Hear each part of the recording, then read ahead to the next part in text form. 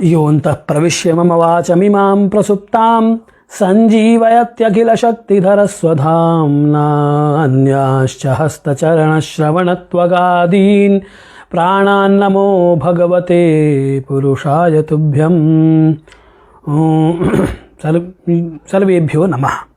पुनरेकवारं भवतां समेषां हार्दं स्वागतं सिद्धान्तशिरोमणेः कक्षायाम् अस्याम्। अयि भो मित्राणि, गतदिने अस्माभिः कालस्य विषये, कालस्य मानानां विषये ज्ञानं कृतम्। इदमस्माभिः ज्ञातं यत् दिनस्य यन्मानं वर्तते, एकस्य दिनस्य यत् 24 घण्टाः उच्यन्ते खलु, उच्यन्ते होराः उच्यन्ते खलु, तद्विषये अहं वदामि कि तत्तावत् त्रुट्यादितः एकं तु गणना भवति, त्रुटि तत्पर निमेष प्रभृतिकम् एका सरणिः वर्तते मानानाम्। अतः परिमाण भेदद्वयं वर्तते।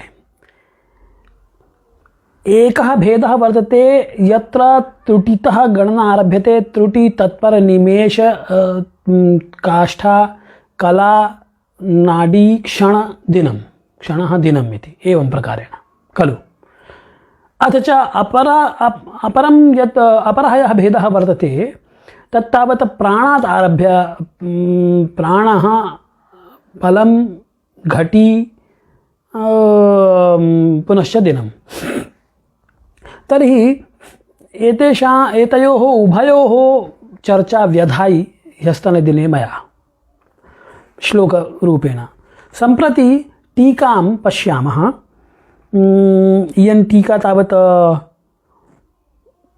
अस्यैव वर्तते, निसङ्गदैवज्ञस्य वासनावार्तिकमिति। तत्र पश्यन्तु, उच्यते कि योक्ष्णोर्निमेषः इति आसीत् खलु। तर्हि योक्ष्णोः लोचनयोः पक्ष्मपातः स निमेषः। अहं ह्यस्तनदिने एव अवोचम्। अक्ष्णोः पक्ष्मपातः यः यावता कालेन निष्पद्यते स काल एव निमेष इति उच्यते, निमेषशब्देन व्यपदिश्यते। पुनः स यावता कालेन निष्पद्यते तावान् कालोपि निमेषशब्देन उच्यते।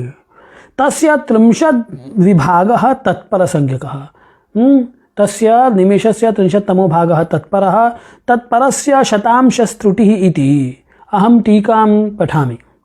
अथ च निमेषैः 18 काष्ठा, ह्यस्तनदे उक्तं धृतिभिश्च काष्ठा इति। क्वचित् शास्त्रान्तरे तिथिभिः इति पाठः अपि वर्तते। क्वचित् धृतिभिः काष्ठा, पुनः क्वचित् तिथिभिः काष्ठा। यदि तिथिभिः क्रियते चेत् तर्हि तु 15 काष्ठा भविष्यति निमेषैः।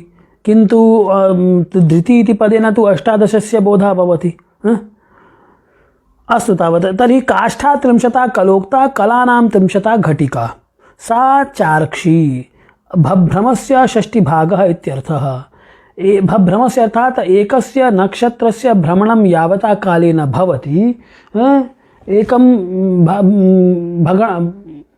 एकस्य भगणस्य भभ्रमस्य 6 भागः। भभ्रमस्य अर्थात् नक्षत्रचक्रस्य। इदं नक्षत्रचक्रं वर्तते, अस्य नक्षत्रचक्रस्य 6 भागः। इदं अस्य नक्षत्रचक्रस्य भ्रमणं परिभ्रमणं ग्रहेण कियता कालेन क्रियते, अथवा इदं नक्षत्रचक्रमपि भ्रमति खलु प्रवाहनिवेगेन।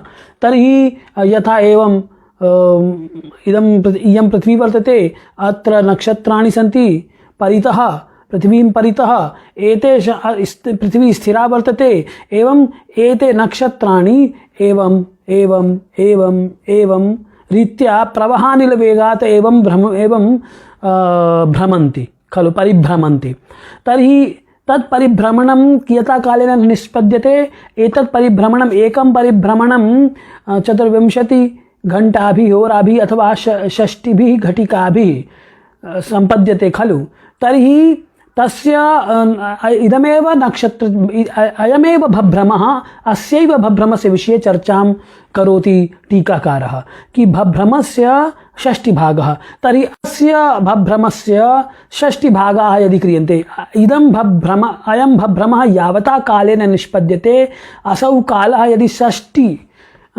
षष्ट्या विभज्यते उसके 60 टुकड़े कर दें हम उस काल को जितने टाइम में ये पूरा एक भ्रमण ऐसे हो गया नक्षत्र का। और नक्षत्र ही क्यों, सारा का सारा जितना भी आपका कह लीजिए ग्रहों का मंडल है। अब आप कहेंगे ग्रहों का मंडल है तो आप इसको ऐसे ऐसे क्यों घुमा रहे हैं, आपने तो बोला था कि भैया ऊपर नीचे कक्षाएं हैं। तो देखिए वो देखने की दृष्टि है मित्रों, इसको थोड़ा समझना चाहिए। डायमेंशन डिपेंड करता है कि डायमेंशन कैसा है।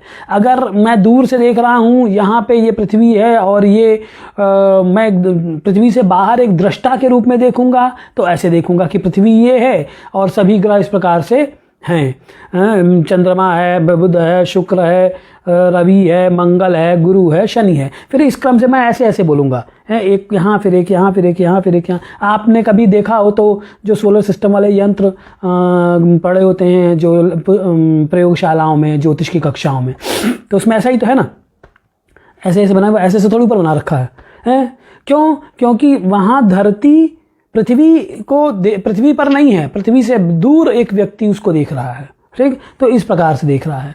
अब जब कोई पृथ्वी पे चला जाएगा, मान लीजिए पृथ्वी पर है तो मान लीजिए यहाँ यूएस में यूनाइटेड स्टेट्स ये बना हुआ है, तो अब यूनाइटेड स्टेट्स वाला आदमी को अब आप इसमें यूनाइटेड स्टेट में प्रवेश कीजिए। तो यूनाइटेड स्टेट में प्रवेश करेंगे तब आप कैसे हो जाएंगे?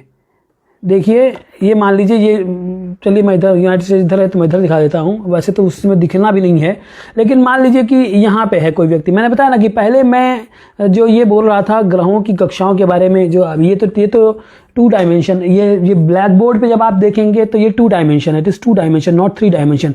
For 3 dimension you have to come out of this black board and then you have to assume things. तो अब उसके लिए क्या करना होगा कि आप, ये हो गया आपका पृथ्वी, ठीक। अब पृथ्वी के बाहर सभी ग्रहों को आपकी कल्पना कर रहे हैं। मैं आपको किस बारे में बात कर रहा हूं? मैं बता रहा हूं नीचोच्च तरात्म वर्तमसु की बात, कि जो नीचोच्च तरात्म वर्तमसु उन्होंने बोला, उच्च नीच कक्षाएं बोली। तो उच्च नीच कक्षाओं में अगर आप पृथ्वी से इतर होकर, पृथ्वी से दूर होकर, ब्रह्मांड में होकर या अंतरिक्ष में होकर देखते हैं तो फिर आपको इस तरीके से चीज़ें दिखाई देंगी। ये पृथ्वी, चंद्रमा, बुध, रवि, मंगल हो गया आपका, चंद्रमा, बुध, शुक्र, रवि, मंगल, गुरु, शनि, और फिर नक्षत्र कक्षाएं एकदम आगे की ओर रहेंगी। और मान तो ये हो गया आपका, ये जो क्षैतिज जो व्यवस्था मैंने आपको बताई है, जो इसके समानांतर आपको प्रतीत हो रही है, क्षितिज के समानांतर दिख रही है आपको, वो वस्तुतः चूंकि आप पृथ्वी से बाहर हैं। लेकिन जब आप पृथ्वी पर चले जाएंगे, मान लीजिए जैसे यहाँ पर हैं आप, इस जगह पे हैं, तो इस जगह पर होते ही आप क्या ऐसे तो लटकेंगे नहीं। अब मैं आपको कैसे खड़ा करूं? ऐसे तो कोई खड़ा नहीं होगा ना, है कोई ऐसे तो रहेगा नहीं।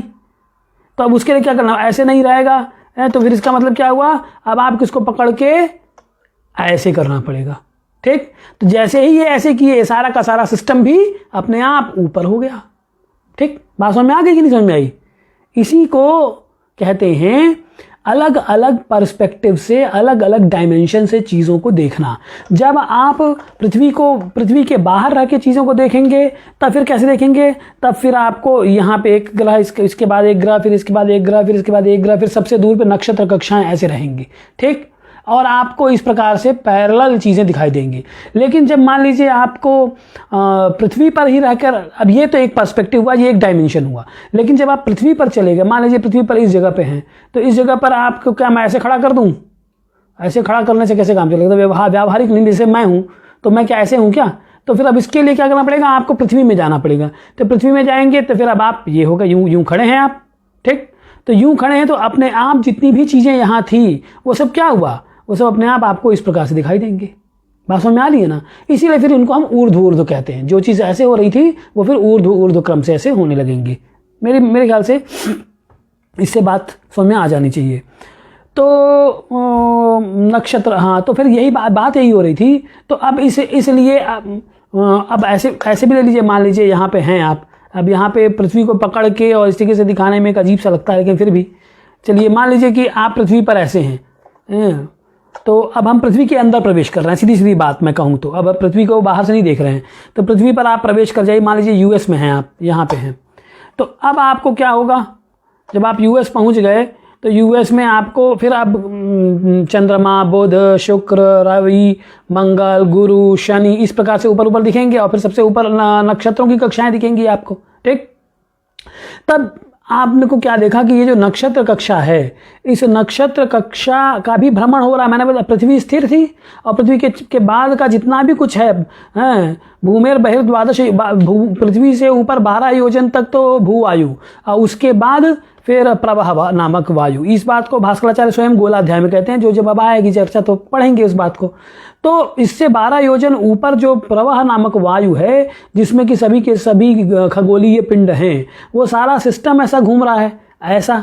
तो जब ऐसा घूम जाएगा सारा सिस्टम, तो 24 घंटे में ही तो घूमेगा ना, जिसे आप 60 घटी बोल रहे हैं। हम इसे नक्षत्र का भ्रमण कह रहे हैं, भ्रम इसे ही बोल रहे हैं कि सारा का सारा सिस्टम, जिसमें पृथ्वी, जिसमें सभी ग्रह हैं और ऊपर नक्षत्र है, वो सारा का सारा सिस्टम ऐसे ऐसे घूम रहा है। ऐसा मान लीजिए जैसे कि एक साइकिल का पहिया, जिसकी ये धुरी हो, पृथ्वी धुरी हो, और पूरा वो स्थिर है, और उसके चारों ओर बाकी चीज़ें ऐसे ऐसे ऐसे ऐसे घूम रही हैं।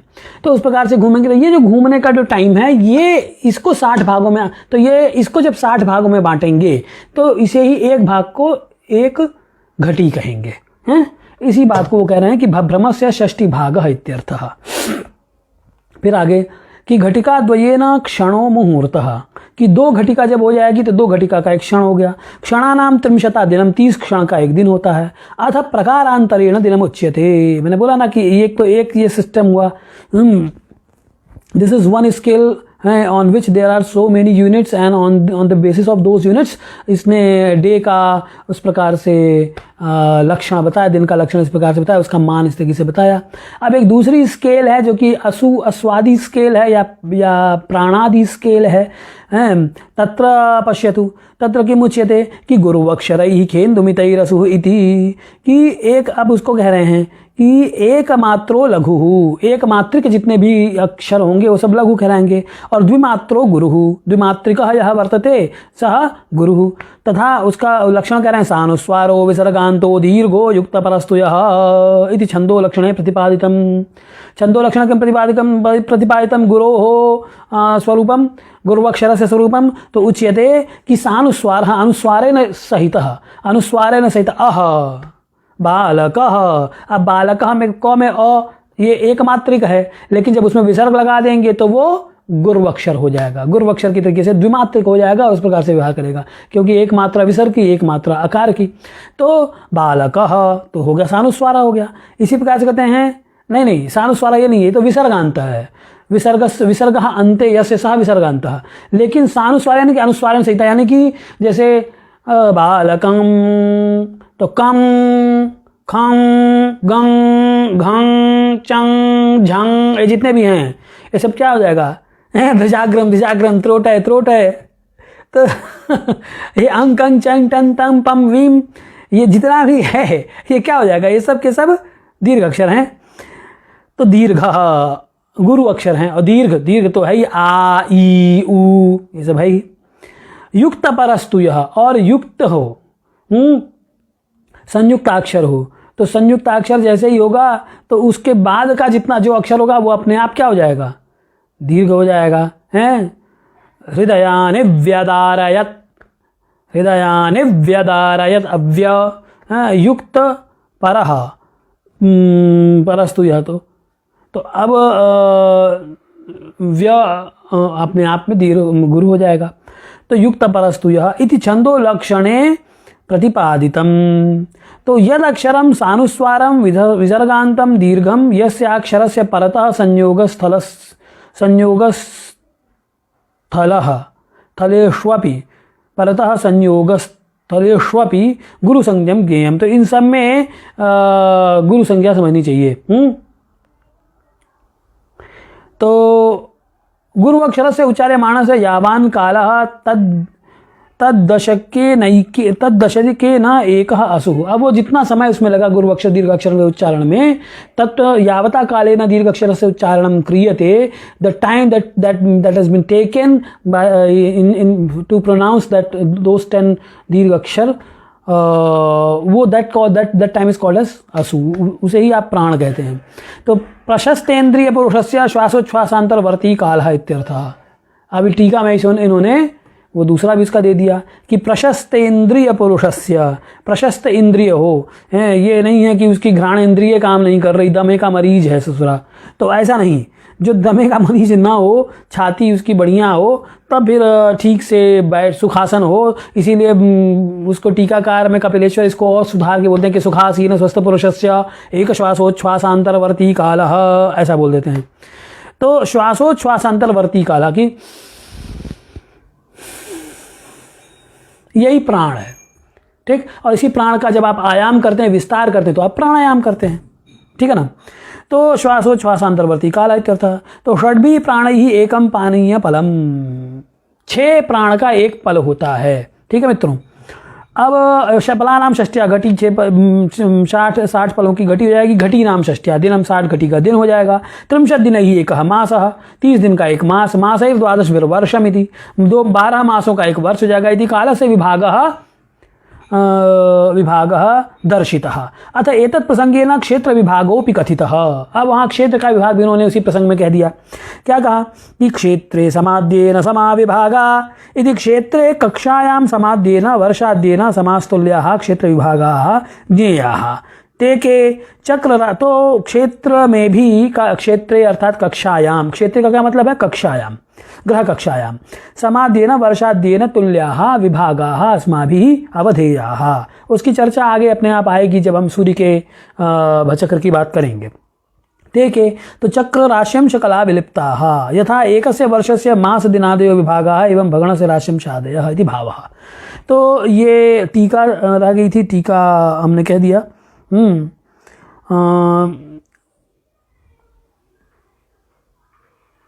तो अब जो आपका एक जो 15 असु है, 15 प्राण है, वो 1 मिनट के बराबर हो जाएगा आपका, ठीक है। 1 मिनट में यानी 15 बार आपकी श्वास चलती है, श्वासोच्छ्वास होता है। जब 1 मिनट में 15 प्राण हो रहे हैं तो यही मतलब हुआ उसका। अब आगे इदानीम अनयैव काल विभाग परिभाषया सौरादीनि तन्मानानि आह। अब सौरादीनां मानानि असौ भास्कराचार्यः ब्रवीति। किं वक्ति असौ वरवेश्चक्र भोगोर्क वर्षं प्रदिष्टं द्युरात्रं तु देवासुराणां तदेव रवीन्द्वोर्युते संयुतिर्यावदन्या विधुर्मास एतच्च पैत्रं द्युरात्रम्। अयं भास्कराचार्यस्य सिद्धांत शिरोमणेः श्लोकाः कर्णप्रियाः सुललितानि पद्यानि सन्ति। रवेः चक्रभोगः, रवेः चक्रभोगः।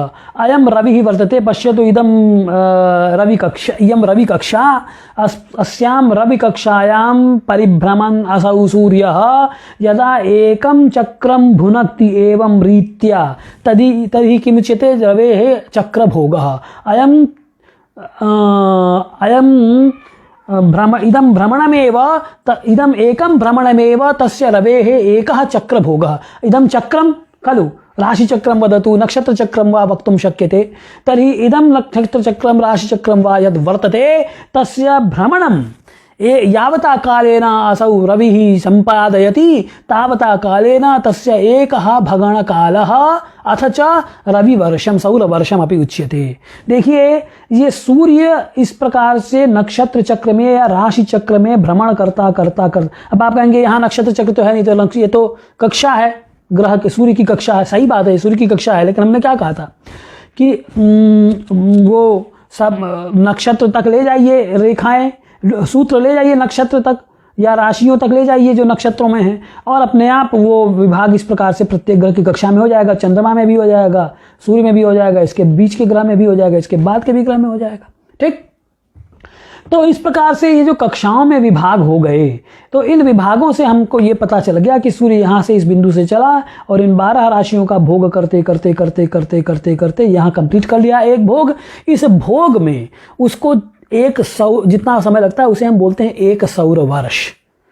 उसको क्या बोलते हैं हम? एक सौर वर्ष। तो एक, अच्छा, यह कोऽपि ग्रहः स्यात्, सूर्यः भवतु चन्द्रः, चन्द्रस्य कक्षा इयं वर्तते, तर्हि असौ चन्द्र एवं परिभ्रमन् कक्षायां यदा एकं भगणं एकं चक्रं पूरयति तदा तस्य चन्द्रस्य एकः भगणः, तब चंद्रमा का एक भगण या एक भोग कहलाएगा। तो ये जो है एक रिवोल्यूशन है, जब when moon traverses along its circle and completes one revolution, it is called एक भगण, वन भचक्र। ओके, तो इसी तरीके से सूर्य का भी है। सूर्य भी जब इसमें भ्रमण करता हुआ यावता कालेन एकम भगणम एकम भचक्रम भुनक्ति तावान कालः एकः भगण भोग कालः। यही इसका एक तो ये कितना समय में होता है? तो दो चीजें इसमें बताना चाह रहा हूं। पहली बात ये पैरेलल जो चल रही हैं, जो पिछले श्लोक से चल रही हैं, दो चीजें चल रही हैं। एक है आपका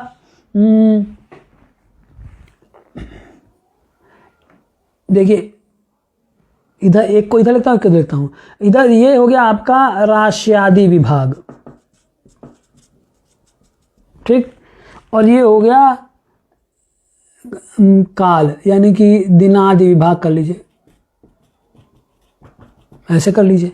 तो अब देखिए कि पूरे 12 राशियों का भोग करने में एक 12 राशयः बराबर एक भगण, ठीक। और इस 12 राशियों के भोग में सूर्य को जो लगता है उसे बोलते हैं एक, ये बराबर किसके हो जाएगा? एक भगण बराबर किसके हो जाएगा? तो ये बराबर हो जाएगा एक, यार इसमें पेन वो नहीं है,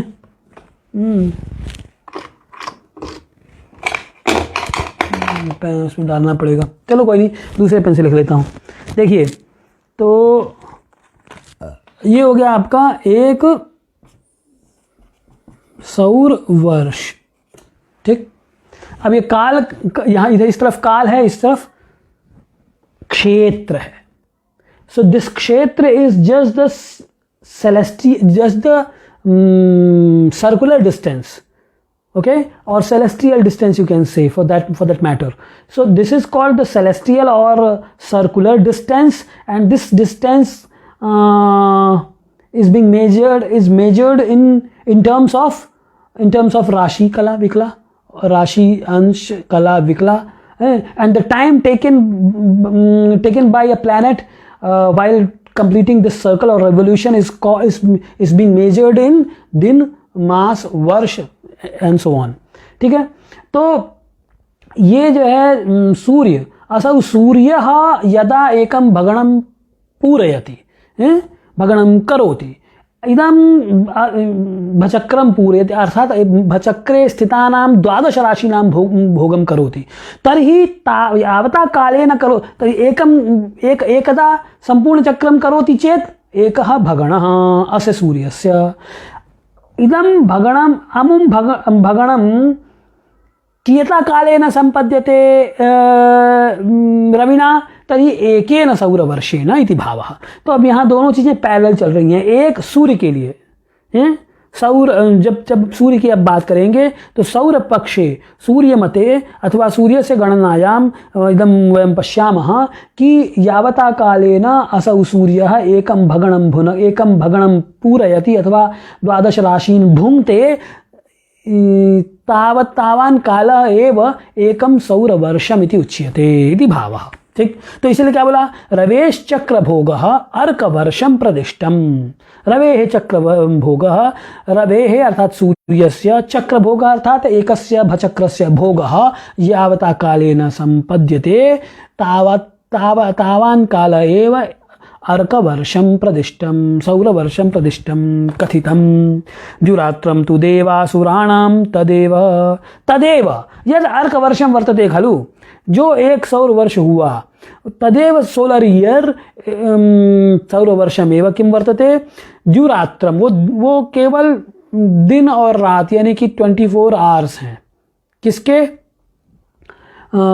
देवासुराणाम, देवों के अथवा असुरों के वो क्या हैं 24 घंटे। ठीक है ना। तो द्युरात ठीक 6 महीने का, इसीलिए उनका 6 महीने का दिन 6 महीने की रात होती है। अब उसको इसमें समझाएंगे थोड़ा आगे, जब आएगी टीका पे बात आएगी तब कहेंगे। तो अभी खाली इतना जानिए कि ये जो सौर वर्ष है, एक सौर वर्ष, तो इसको लिख देता हूं मैं कि एक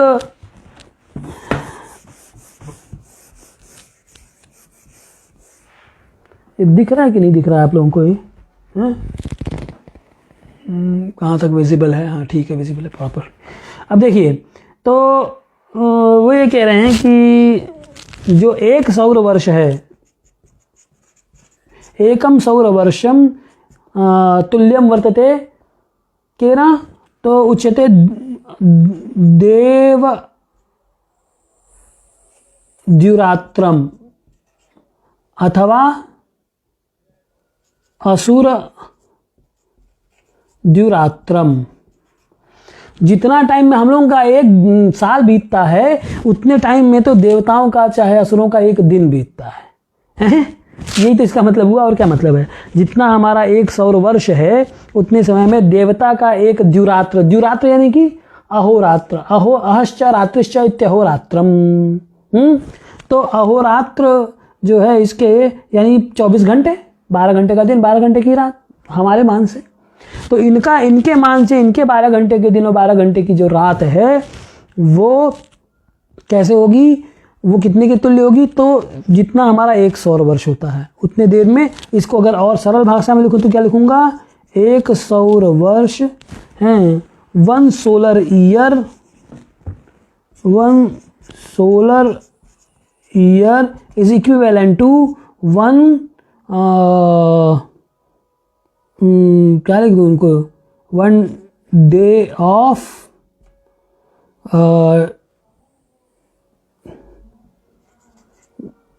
गॉड और डीमन। देवताओं और दैत्यों का एक दिन होगा वो। 1 डे का मतलब वहाँ 24 आवर्स समझना चाहिए। इसको आप 24 आवर्स समझिएगा। मीन्स 24 अब 24 आवर्स लिख दूंगा तो आप कहेंगे 24 आवर्स। इनके टर्म्स में 24 आवर्स समझना है आपको, बस इतना ध्यान रखें। मैं अहोरात दिन प्लस रात इनके से संबंधित। Okay, that's enough. अच्छा, ये क्यों होता है इसको तो अपन आगे चर्चा करेंगे। फिर आप दूसरी बात कहते हैं, रवीन्द्रोर्युते संयुतिर्यावदन्या विधोर्मासये तच्च पैत्र्यम द्युरात्रम रवीन्द्रो हो युते है। अब देख लीजिए, रवि और इंदु की युति की बात करते हैं। तो ये देखिए, ये असौ अत्र अयम चंद्रः वर्तते, अयम चंद्रः अस्ति,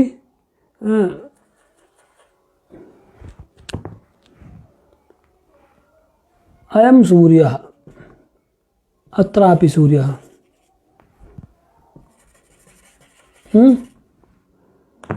तो अब ये आपका S1, S2, S3, ये M1, M2, M3, ठीक है। अब देखिए, असौ चंद्र स्वकक्षायाम भ्रमण। अच्छा, क्या बोला इन्होंने? रवीन्द्वो हो युति ही, रवीन्द्वो हो युते है, रवि अथ च इंदु, रवि सूर्य इंदु चंद्र, एतयोः रविचंद्रयोः युतिः इति रवीन्द्वो हो युतिः। फिर पंचमी एक वचन लगाया कि रवीन्द्वो हो युते है, रवि और इंदु की जो युति हुई है, इस युति से लेकर रवीन्द्वो हो युते है संयुति ही यावत अन्या संयुति ही यावत, इनकी जो संयुति हुई इससे जो दूसरी संयुति होगी, यानी ये एक जो S1 M1 से इस फिनोमिना से S2 M2 की का जो फिनोमिना होने वाला है, ठीक है, इस खगोलीय घटना से इस खगोलीय घटना के बीच कह रहे हैं कि रवीन्द्वो हो युते है संयुतिर्यावदन्या विधोर मास। इसमें जितना टाइम लगेगा उसी को क्या बोलेंगे हम? एक विधो विधु चंद्रमा, तभी विधो मास अर्थात चंद्रस्य मासः। तो एक अच्छा, ये जो युति है, युति का मतलब क्या हुआ, एक सीधी रेखा में आ गए, जैसे यहाँ है, यहाँ सूर्य है तो इधर चंद्रमा हो गया। ये वो मतलब है, ठीक है। तो अब इसे ही हम क्या बोलते हैं, युति बोलते हैं, है ना। युति का मतलब कि दोनों चिपक नहीं जाएंगे भाई, दोनों के बीच में तो अंतर है ना। चाहे आप यहाँ धरती पर यहाँ से बैठ के देखिए, इस जगह से देखिए, और चाहे पैरेलल में देखिए, हैं। जब एक सीध में, यानी कि एक को देखने के बाद दूसरा ना दिखे, एक के पीछे का स्थित दूसरा ना दिखे, वही तो संयुति है। एक लाइन में आ जाना, एक लाइन में आ जाने से उसके पीछे वाला नहीं दिखेगा अगर दूर है बहुत, तो है कि नहीं। तो इसलिए इन्होंने क्या बोला कि इसे ही संयुति बोलते हैं। और इसे हम क्या बोलते हैं, हमारे यहाँ जब ये घटना घटती है तो क्या होता है, तस्मिन् समय अमावास्या, न्यू मून इति उच्यते खलु। नाम यदा प्रकाशावरोधः भवति चन्द्रः, अत्र कल्प्यतां यत् अयं चन्द्रः अस्ति, अयं चन्द्रः अस्ति, अत्र सूर्यः वर्तते, पुनश्च तत्र भवान् अस्ति। तर्हि यदि सूर्यस्य प्रकाशः अस्मिन् चन्द्रे पतति खलु, तर्हि पुनः किं भवति, अत्र सूर्यः, अत्र चन्द्रः, तत्र भूस्थः द्रष्टा कश्चन। असौ द्रष्टा किं पश्यति, असौ द्रष्टा, तस्य द्रष्टुः दृक्सूत्रम् अत्र पतति, अत्र लगति, चन्द्रे लगति। चन्द्रे यत्र लगति तत्र तु प्रकाशः एव नास्ति सूर्यस्य, यतोहि सूर्यः अस्मिन् ततः पृष्ठे वर्तते सूर्यः, पृष्ठधरातलस्य धरातलस्य सम्मुखं वर्तते खलु सूर्यः। सूर्य जो है इधर है, उस फेस, चंद्रमा के उस फेस पे है जिस फेस पे सूर्य है। तो सूर्य का इसके प्रकाश से ये फेस तो प्रकाशित हो गया, ठीक एकदम। लेकिन ये वाला जो फेस है जो कि हमारी तरफ है, दृष्टा की तरफ है, वो प्रकाशित नहीं हुआ। इसीलिए क्या हो गया, इस समय चंद्रमा का यह वाला फेस, सरफेस क्या होता है, अंधेरे में रहता है, पूरा का पूरा कंप्लीट अंधेरे में रहता है। ये इसलिए इसे क्या बोलते हैं, अमावास्या बोलेंगे। ये स्थिति कब होगी, जब पृथ्वी, सूर्य और चंद्रमा इस तरीके से आ जाएंगे सीध में। दृष्टा को ये खगोलीय घटना इस प्रकार से दिखेगी, सूर्य यहाँ होगा, चंद्रमा यहाँ होगा, पृथ्वी यहाँ होगी। तब ऐसे में क्या होगा, सूर्य का जो रोशनी पड़ेगी, सूर्य का जो प्रकाश पड़ेगा, वो प्रकाश इस पे तो पड़ेगा, चंद्रमा के इस सरफेस पे पड़ेगा जो कि सूर्य की तरफ है। परंतु तदितर दिशि यस्मिन् पृष्ठे सूर्यस्य प्रकाशः न पतति तत्पृष्ठमेव अस्माभिः अवलोक्यते खलु, अतः तत्पृष्ठं तमोमयं भवति। अतः अमा इति उच्यते, अमावास्या भवति। अस्तु, तो इस अमावास्या में चंद्रमा दिखाई नहीं देता है, कहने का मतलब ये है। तो अब ये स्थिति जब हुई अमावास्या की, फिर दोबारा जब ये स्थिति होगी अमावास्या से, फिर तो दर्श से ही बोलते हैं ना, दर्शः सूर्येन्दु संगमा, सूर्य इंदु एतयोः संगम। संगम यानी कि एकदम एक सीधे में आ जाए, ताकि एक के देखने पर हम जब पृथ्वी से देखेंगे तो चंद्रमा दिखे लेकिन उसके पीछे का सूर्य ना दिखे, हैं। तब फिर क्या होगा, ऐसी स्थिति में युति हो जाएगी, ठीक। तो ये जो युति है, तो उन्होंने क्या बोला कि तो ये अमावस्या को होती है। तो इस युति से दूसरी युति तक के बीच का जो आप यूँ कहिए ये जो काल है, इस यानी कि अमावस्या से अमावस्या का काल, ये क्या हो गया, इसे ही हम बोलते हैं एक चांद्रमास। ठीक है। तो अब देखिए मतलब कि, तो अब उसके बारे में जब आगे आएगी बात तो टीका में फिर हम कहते हैं इस बात को। तो उन्होंने क्या बोला कि रवि, तो अब ये पृथ्वी है, ये चंद्रमा है, ये सूर्य है, इसने देखा चंद्रमा दिखाई दिया, सूर्य इसके पीछे है, उस सूर्य का वह प्रकाश जो कि चंद्रमा के इस पृष्ठ पर है चमक रहा है, लेकिन यह वाला जो हिस्सा चंद्रमा का जो पृथ्वी की तरफ है वो अप्रकाशित है, नहीं दिखता है, इसलिए अमावस्या को सूर्य दिखाई नहीं देता है। अब ये स्थिति फिर जब दोबारा होगी, यानी ये S2 और M2 की स्थिति फिर जब बनेगी, इतना समय को क्या बोलते हैं हम, एक चांद्रमास बोलते हैं। रवीन्द्रोर युते संयुतर्यावदन्या विदोर्मास एतच्च पैत्रम द्युरात्रम, और यही पितरों का द्युरात्र है, यही पितरों का क्या है, अहोरात्र है, यानी कि एक चांद्रमास। इसको अगर मैं लिखना चाहूँ तो क्या लिखूंगा,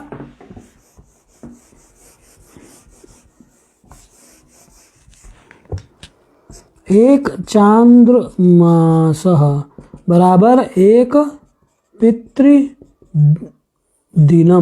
अब दिन का मतलब अहोरात्रम, अहोरात्रम ऐसा लिख दीजिए है। जितना समय में चंद्रमा का एक लूनर मंथ है, 1 lunar month is equivalent to 1 day of Pitrloka का एक दिन होगा वो। अच्छा, अब इनोदय द्वयांतरम। अब ये जितने भी ये है ना कि ये क्यों होता है, कैसे होता है, इसको मैं नेक्स्ट क्लास में बताऊंगा। इस अगली कक्षा उसी पर होगी कि ये क्यों होता है। जो एक सौर वर्ष है वो एक how come a solar year is equivalent to 1 day of demon और गॉड, या how come 1 lunar month is equivalent to 1 day of pitar. तो इसके बारे में explanation tomorrow I will explain these 2 things. अब आगे जो कहते हैं कि इनोदय द्वयांतरम तदर्क सावनम दिनम तदेव मेदिनी दिनम भवासरस्तु भभ्रमः। कि इनोदय द्वयांतरम, इनोदय, इनोदय मतलब कि इनका, इनः सूर्य, इनः सूर्य, इनः का मतलब होता है सूर्य। इस इनका यानी सूर्य का उदय, इनोदय द्वय, सूर्योदय 2 हो जाए। एक बार सूर्य उदित हुआ, मान लीजिए ये आपका क्षितिज है, इस क्षितिज पर यहाँ सूर्य उदित हुआ एक बार, और फिर उसके बाद जब वो दोबारा उदित होगा तो ये 2 सूर्य के 2 उदय हुए। एक बार आज उदय हुआ, गुरुवार को उदित हुआ, और फिर कल होगा उदित, ऐसे शुक्रवार को। तो इन 2 उदयों के बीच के काल को आप क्या बोलेंगे, इसमें जितना टाइम लगेगा इसे हम बोलेंगे सावन दिन। क्या बोलते हैं? सावन दिन। इनोदय द्वयांतरम तदर्क सावनम दिनम, इनोदय द्वयांतरम, सूर्योदय द्वयांतरम, 2 सूर्योदयों के द्वयो सूर्योदयो अंतरम, तद अंतरम अर्क सावनम दिनम, सूर्य सावनम दिनम इति उच्यते। तदेव मेदिनी दिनम, तदेव मेदिनी दिनम कुदिनम, मेदिनी अर्थात पृथ्वी, अर्थात तदेव भूदिनम कुदिनम इत्यपि उच्यते। भवासरस्तु भभ्रमः। अथ च भवासरः, भवासर अर्थात भदिनम, नक्षत्र दिनम, नाक्षत्र दिनम। तो अब इसमें बहुत सारी चीज़ें हैं जिनके बारे में कल विस्तार से चर्चा करेंगे। एक को कह देंगे आज, है, बाकियों को कल विस्तार से। आज सौर दिन को आज कह देते हैं, है ना। तो क्या ना, बहुत स्पीड में भी भागना ठीक नहीं है।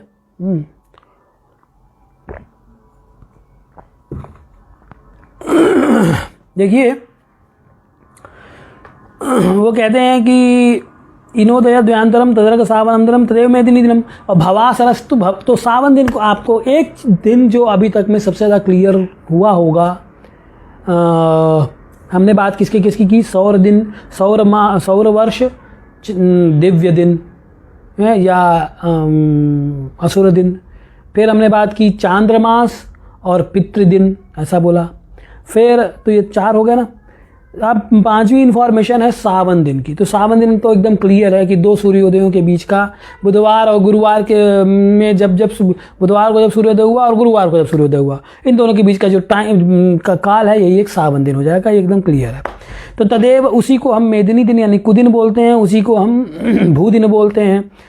और भवा, अब इसके बाद एक जो दिन आया वो है नक्षत्र दिन। भवासरस्तु भभ्रमः, भस्य भ्रमणम, नक्षत्रस्य भ्रमणम यावता कालेन निष्पद्यते तदेव भदिनम नाक्षत्र दिनम इति उच्यते।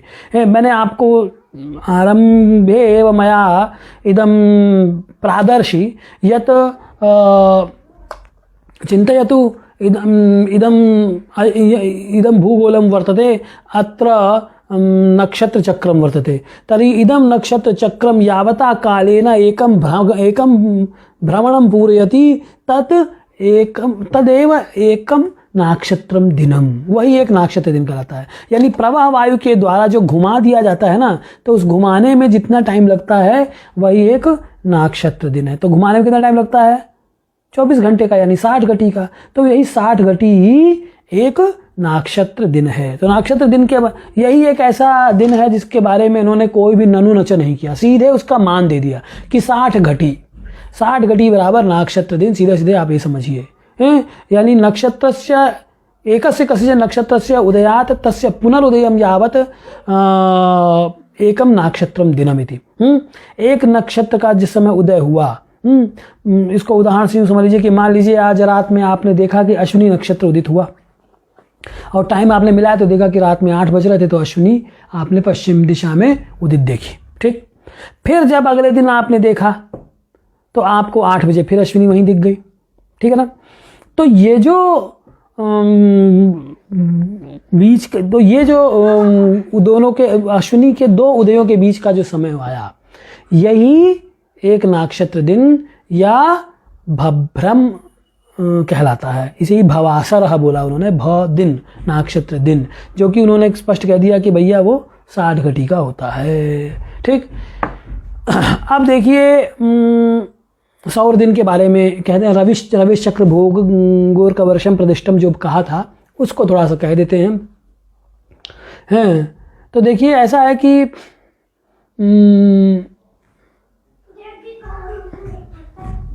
जो रवि का उन्होंने बोला, तो देखिए टीका फेर देता हूं मैं। रवि ही यावता कालेन पूर्व गत्या मेषादिभ चक्रम भ्रमति, जितने समय में रवि पूर्व गति से भ्रमण करते हुए मेषादि चक्र का भ्रमण कर लेता है, तावत प्रमाणम रवि वर्षम प्रतिष्ठम, उसे ही आपने रवि वर्ष कह दिया। ठीक है ना। तस्य द्वादश भागो रवि मासः, उसका जो 12वां हिस्सा है, इसका जितना समय इसने लगाया, अब इसको लगाया 1 सौर वर्ष, इस सौर वर्ष का 12वां हिस्सा है। इस सौर वर्ष के कितने हिस्से, तो कहते हैं इस सौर वर्ष का जो 12वां हिस्सा है वो, तो अब इसको 12 टुकड़े में तो आपने बांटा ही है। यानी क्या मतलब हुआ उसका, मतलब कि एक राशि, भाई ये जो नक्षत्र चक्र है आपका या राशि चक्र, यस्य भ्रमणम एकेन वर्षेण संपादयति असौ सूर्यः, तस्य चक्रस्य यदा 12 विभागाः क्रियन्ते तदा एकैको भागः एकैकः राशिः खलु, तर्हि मेषः इतः तर्हि 12 भागः अर्थात एक राशि मानम खलु। तर्हि तस्य कः अभिप्रायः कि यावता कालेन एकम राशिं पूरयति एकम राशिं भुनक्ति असौ सूर्यतः तावान कालः एव एकः सौरमासः खलु। वही तो उसका एक सौर मास हो जाएगा, क्योंकि जब पूरे चक्र को भ्रमण करने में वो 12 वर्ष 1 वर्ष लगा रहा है, तो उसके 12 टुकड़े कर दिया तो उसका 12वां हिस्सा यानी कि एक राशि भोगने में कितना समय लगाएगा। तो वर्ष के 12 टुकड़े आप करेंगे तो 12 टुकड़े करने पर एक टुकड़ा क्या होगा, मास ही तो होगा। 12 महीनों का ही तो एक वर्ष होता है। तो यानी कि एक राशि का भोग सूर्य 1 महीने में कर लेता है, ये तो मतलब हुआ। तो तस्य 12 भागो रवि मासः मासस्य 30 अंशः अर्क दिनम। तो इस मास यानी मेष से लेके वृष तक, मेष पूरी राशि को भ्रमण करने में सूर्य कितना समय लगाता है, 30 दिन लगाता है। और तो इसको 30 लगाएगा तो 12 है, तो 12 3 36 360 दिन। तो एक को 30 दिन, फिर दूसरे को 30 दिन, फिर तीसरे को 30 दिन, इस प्रकार से प्रत्येक राशि के भोग में 30-30 दिन सूर्य लगाता है। इसीलिए जब यदा सूर्य मेष राशौ प्रविशति तदा मेष संक्रांति इति उच्यते। संक्रांति नाम यदा ग्रहः राशिं प्रविशति, ठीक, ग्रहः राशिं क्रामति प्रविशति तदा संक्रांति, सह काला एवं संक्रांति। इसको और क्लियर ग्रंथकारों ने, शास्त्रकारों ने क्या कह दिया कि ग्रह केंद्र बिंदु हो राशि प्रवेश काल से नाम संक्रांति ही, कि जो ये ग्रह है आपका, इस ग्रह का जो केंद्र बिंदु, ये केंद्र बिंदु ये है इस ग्रह का, तो ये जब इस राशि में मेष में प्रवेश कर रहा है उसे ही हम संक्रांति बोलते हैं। और सूक्ष्म बोल दीजिए क्या फर्क पड़ता है। तो या कुल मिला के आइडिया क्या है कि when the sun enter in a particular sign then it is called Sankranti, उसे ही आप संक्रांति बोलते हैं। and then it started consuming it and then it takes 1 month to consume that राशि and to enter in another one, वो वृष में प्रवेश करता है। तो 10 ये it takes 1 month to complete 1 राशि। तो इसलिए एक राशि के भोग में 1 सौर मास लगते हैं। एक राशि में 30 अंश होते हैं। अब इस पे आ जाइए, क्योंकि एक खंड में 30 अंश के 30 टुकड़े कर दीजिए आप, ऐसे ऐसे ऐसे ऐसे, तो 30 टुकड़े करेंगे तो चूंकि एक महीना लगा रहा है वो एक राशि के भोग में, एक महीने में 30 दिन होते हैं। A month consists 30 days and it takes 30 days to enter another sign. At the time when the sun entered in this Aries sign, it took 1 month to enter another sign, the next sign, that is Taurus. तो इसको और इसमें 30 दिन होते हैं, तो 30 दिन में 30 अंश का भोग उसने किया है। एक राशि में 30 अंश कर दिया आपने, 30 टुकड़े किए तो 30 अंश हो गया। So what does it mean कि एक दिन में 1 अंश का भोग कर रहा है, क्योंकि मेष में जब प्रवेश किया, मेष संक्रांति जब हुई, तब से वृष संक्रांति होने में 30 दिन, पूरा 1 महीना लग गया। 1 महीने में वो मेष राशि से वृष राशि पर पहुंचा, और इसके बीच में 30 अंश होते हैं उस राशि के, तो यानी 30 दिन में 30 अंश का भोग किया। तो 30 दिन में 30 अंश का भोग किया, तो एक दिन में 1 अंश का भोग। एक फोन आ गया था तो मैं डिस्टर्ब हो गया, तो खैर यही कह रहा था मैं। तो इस प्रकार से कहना यही है मुझे कि सूर्य का हिसाब एकदम क्लियर है कि 12 राशियों का भोग वो 1 वर्ष में करता है, और 1 राशि का भोग 1 महीने में करता है। 12 राशियों का चक्र है, उस चक्र का भोग करने में जितना समय लगता है, असौ कालः एव एकम सौर वर्षमिति उच्यते। किंच यावता कालेन असौ सूर्यः एकम राशिं भुनक्ति तावान् कालः एकः सौरः मासः। किंच तथैव यतो हि एकस्मिन् मासे असौ एकं राशिं भुनक्ति, अथ च तस्मिन् रासौ 30 अंशाः, अर्थात 30 दिनैः यदि 30 अंशाः तथा एकेन दिनेन एकम् अंशं भुनक्ति असौ सूर्यः इति कथनस्य अभिप्रायः। अतः रवेः एकांश भोगकालः एकं दिनम्। इसलिए सूर्य 1 अंश का भोग जितने टाइम में कर लेगा वही उसका 1 दिन हो जाएगा। देख लीजिए, 1 दिन इज इक्विवेलेंट टू 1 अंश। तो इस 1 अंश का भोग जितने समय में सूर्य 1 अंश चलेगा उतने समय में उसका 1 सौर दिन हो जाएगा। ठीक है ना।